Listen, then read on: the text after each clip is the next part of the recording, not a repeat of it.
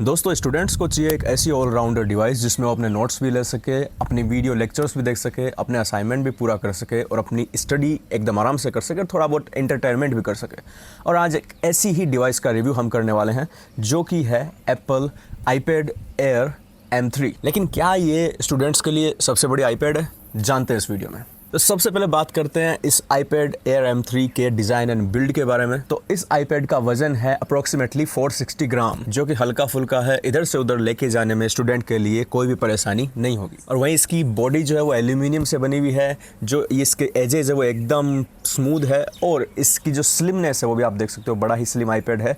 तो rough and tough और easy to carry ये डिवाइस आपके लिए रहने वाला है। चार्जिंग की बात करूँ तो USB Type-C चार्जिंग पोर्ट इसमें आपको मिल जाता है, तो कभी कभार कोई दूसरा चार्जर भी आप लगा सकते हो। और कलर्स की बात करूँ तो बहुत सारे कलर्स में मिल जाता है। स्पेस ग्रे में मिल जाता है, पर्पल में मिल जाता है, ब्लू कलर में मिल जाता है और स्टार लाइट जो कि मैंने मंगाया हुआ है इस कलर में भी मिल जाता है। वहीं अगर इस iPad के डिस्प्ले की बात करें तो इसमें आपको मिलता है 11 इंच का IPS LCD liquid retina display और 2360 इंटू 1640 पिक्सल का इसमें रेजोल्यूशन मिलता है, जो कि 264 पिक्सल पर इंच की डेंसिटी के साथ आता है। यानी decently crisp and clear display आपको इसमें देखने को मिलेगा। और जो इस डिस्प्ले की ब्राइटनेस है वो आउटडोर में 500 निट्स तक जाती है। अभी इसकी ब्राइटनेस फुल हुई हुई है, तो आप देख सकते हो कितना आपको आउटडोर में, मैं आउटडोर में बैठा हूँ तो कितना आपको दिखाई दे रहा है। मैं अगर पर्सनली बताऊँ तो मुझे इस टाइम तो सब कुछ दिखाई दे रहा है। हाँ, धूप में जाने पर हो सकता है थोड़ा बहुत दिखना कम हो जाए। और ये डिस्प्ले 60 हर्ट्स में आता है। एप्पल आज भी 60 हर्ट्स में दे रही है, 90 हर्ट्स या 120 हर्ट्स में नहीं देती है। तो वो एप्पल का सिस्टम है, तो भाई वो बंद नहीं करेंगे।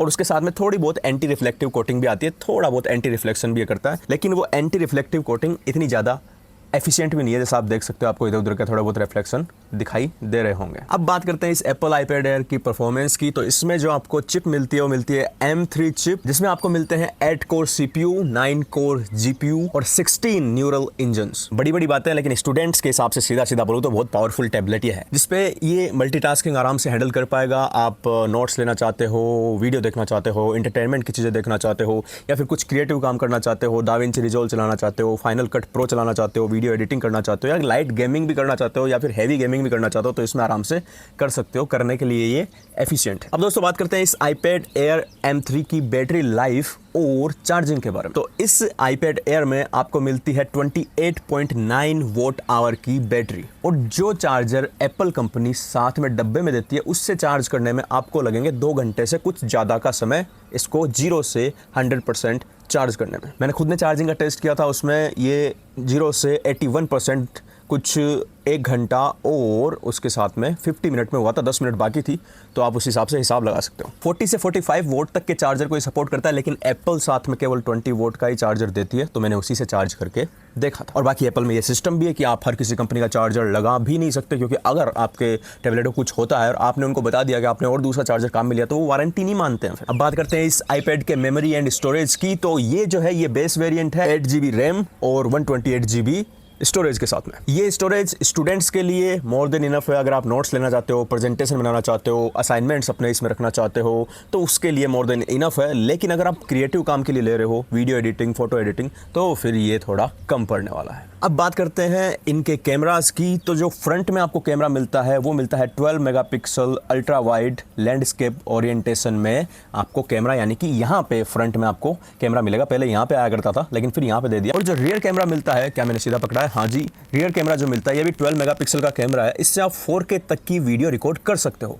कैमरा का सैंपल मैं आपको दिखाता हूँ। अब कैमरा और इनबिल्ट माइक्रोफोन की ऑडियो का सैंपल आपको दिखाई देगा। अब तो दोस्तों अभी जो आप ये वीडियो देख रहे हो, ये देख रहे हो iPad Air M3 के फ्रंट कैमरा से, जो कि 1080p रेजोल्यूशन सपोर्ट करता है मैक्सिमम, और ऑडियो भी iPad के इनबिल्ट माइक्रोफोन से आ रही है। अब हम स्विच करते हैं रियर कैमरा पे, तो आपको डिफरेंस का पता चल जाएगा इन 3, 2, 1 गो। और दोस्तों अभी जो ये वीडियो देख रहे हो, ये देख रहे हो iPad Air के बैक कैमरा से, रियर कैमरा से, और ये 4K मैंने रिकॉर्ड करके इसको डाउन स्केल किया 1080p में, और देख सकते हो आपको फ़र्क पता चल जाएगा कि फ्रंट कैमरा और रियर कैमरा में कितना फ़र्क है।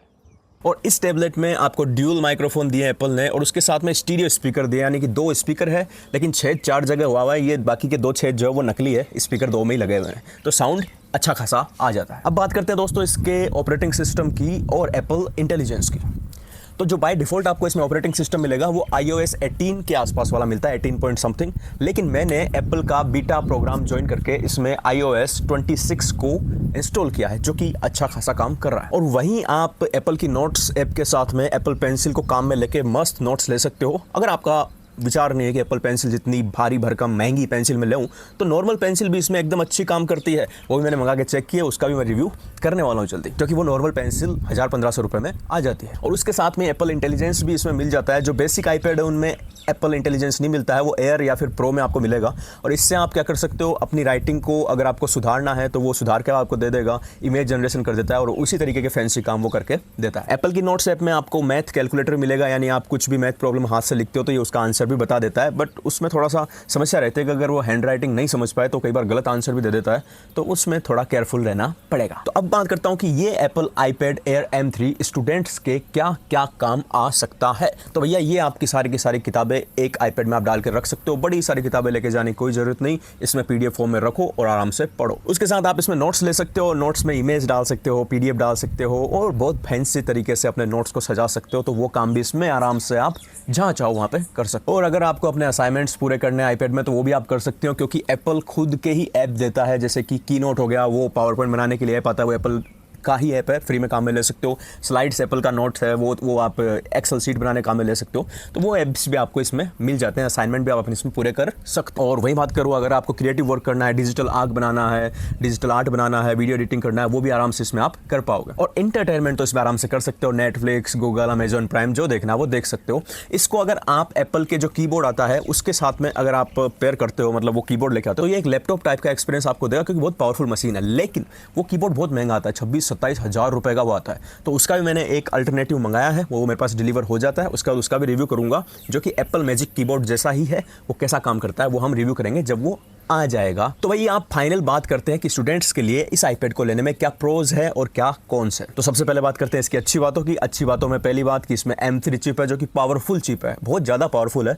इतनी स्टूडेंट्स को नोट्स और क्लासेज में जरूरत नहीं पड़ती है, लेकिन एक्स्ट्रा अगर आपको कोई काम करना है, वीडियो एडिटिंग एटसेट्रा, भारी भारी गेम खेलने, तो भैया ये मस्त चिप है, कहीं भी नहीं अटकने वाली। और जो आईपैड इसका डिज़ाइन आप देख सकते हो, एकदम पतला, sleek, light weight, student friendly, aluminium body design है, कहीं भी कैरी करो, नो प्रॉब्लम। डिस्प्ले की बात करें तो स्टूडेंट्स के हिसाब से बढ़िया डिस्प्ले है, क्रिस्प है, शार्प है। नोट्स देखना हो, PDF पढ़ना हो, क्लासेस देखनी हो, बढ़िया डिस्प्ले है, आंखों पे इतना जोर नहीं पड़ेगा। और बैटरी लाइफ की बात करें तो 10 घंटे के आसपास तक ये चल जाता है, तो लॉन्ग बैटरी लाइफ है। एक बार आप चार्ज करोगे तो फिर आपको रात को ही चार्ज करना पड़ेगा, पूरा दिन आप स्टूडेंट के रूप में निकाल सकते हो। हालांकि अगर इसमें आप वीडियो एडिटिंग और वो सारे काम करने का विचार रखते हो तो ये जल्दी डिस्चार्ज होगा, क्योंकि उन चीज़ों में बैटरी ज़्यादा जलती है। अब बात करते हैं इसके कॉन्स की। तो भैया सबसे पहला कॉन, जो सबसे पहला नुकसान है इसको लेने में, वो है कि इसकी जो एसेसरीज है बहुत महंगी आती है। एप्पल पेंसिल अगर ओरिजिनल लेने जाओगे तो 11,000 रुपये की आएगी। इसका कीबोर्ड अगर ओरिजिनल लेने जाओगे तो वो कितने रुपए का आएगा, वो 27,000 रुपये का आएगा। हर चीज़ एप्पल की बहुत ज़्यादा महंगी। और दूसरा नुकसान इसका कि इसकी जो डिस्प्ले है वो है 60 हर्ट्स की डिस्प्ले। आजकल भैया इस प्राइस रेंज में जो 60,000 रुपये के लगभग ये टैबलेट आता है,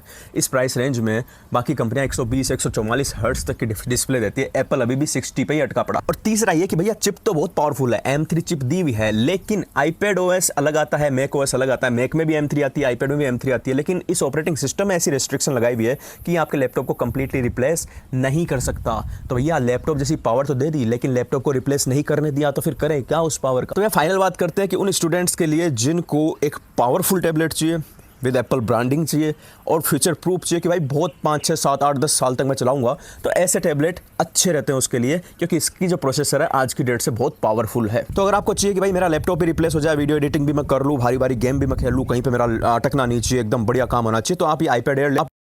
लेकिन अगर आपको सिर्फ पढ़ाई वाले काम करने हैं तो इतना पावरफुल और इतना महंगा लेने की कोई ज़रूरत नहीं है। आप रेगुलर जो iPad आता है वो भी ले सकते हो, हालांकि उसमें एप्पल इंटेलिजेंस आपको नहीं मिलेगा, वो भी ले सकते हो। और या फिर सैमसंग के ये बहुत सस्ते मिल जाते हैं, प्लस सेल में तो बहुत सारे काम तो वो भी कर देते हैं। उसके लिए 60,000 रुपये काटने की कोई ज़रूरत नहीं है मेरे भाई, तो कोई ज़रूरत नहीं। तो ये था रिव्यू एप्पल आईपैड M3 का। कैसा लगा कमेंट करके जरूर बताना। वीडियो के नीचे अगर आपको हाइप का ऑप्शन दिखता है तो उसको जरूर दबाइए, इससे मेरी सपोर्ट होता है और वीडियो को यूट्यूब प्रमोट करती है। मेरे रिव्यूज़ अच्छे लगते हो तो जरूर सब्सक्राइब कीजिएगा, लाइक कीजिएगा, क्योंकि ये सारी चीज़ें मैं अपने पैसे पे मंगाता हूँ, खुद के खर्चे पे मंगाता हूँ और मुझे इन वीडियो में बहुत नुकसान ही होता है, क्योंकि वीडियोज़ इतना नहीं कमा पाती जितने रुपए इन चीज़ों को मंगाने के लिए लगते हैं। लेकिन आपके पैसे ख़राब नहीं हो, इसीलिए मैं मेरे पैसे ख़राब कर रहा हूँ। तो एक लाइक तो आप कर सकते हो, सब्सक्राइब भी कर सकते हो। Thank you very much for watching this video.